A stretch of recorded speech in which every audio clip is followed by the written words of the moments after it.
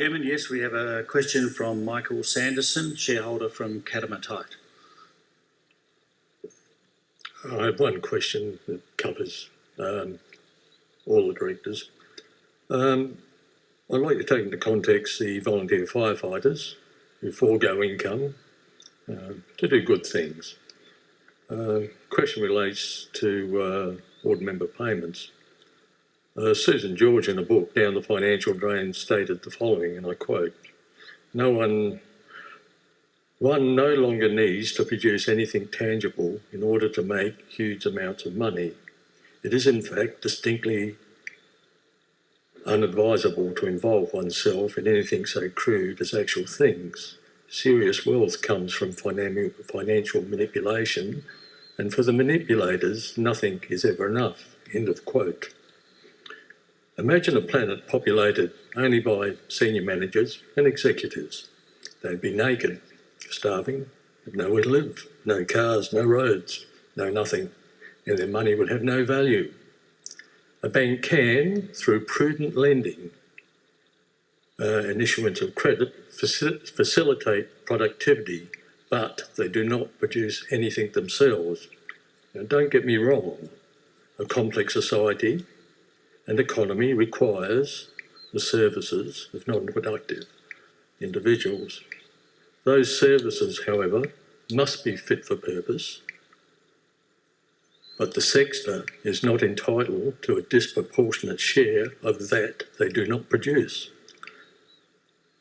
Based on 50-plus inquiries over the past decade, it can be reasonably argued that senior managers and executives are not fit for purpose, and they do receive a disproportionate share of that they do not produce. Can I just note, this is a resolution about a director, not a senior manager or as I said, executive. it's to do with all directors. As I said, this is in the context.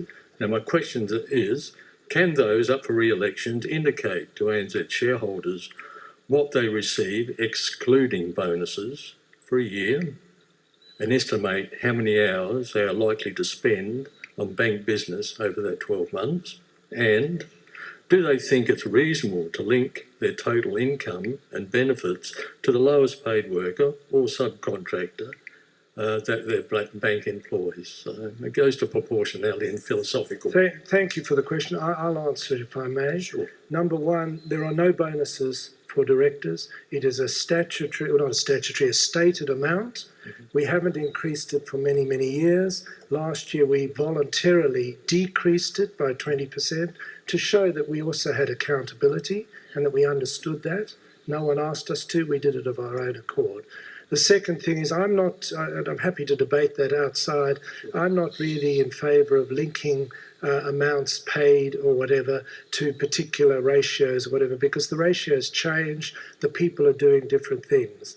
And finally, in terms of hours, I would be horrified if the job that people did here was designated in hours. One thing I can tell you is I expect of all our board that pretty well we're on their mind 24/7. And that's what happens. We call board meetings very, as you probably noticed in the accounts, very regularly. They are lengthy, they're often at short notice. And I've got to say this board, I'm sure Paul will be the same, are extremely aware that a bank needs a lot of attention, and we get excellent attention from them. I'd invite any member to come to a farm and experience the to's and fro's and demands. And I suggest what you do pales into insignificance to the greater market. And by the way, I may agree with you. I'm not saying that we are, God's gift to workers. All I'm saying is that we do our job as best we can. And by the way, I have absolute adoration for teachers and I might say farmers. They do fantastic things. Can we move on from there?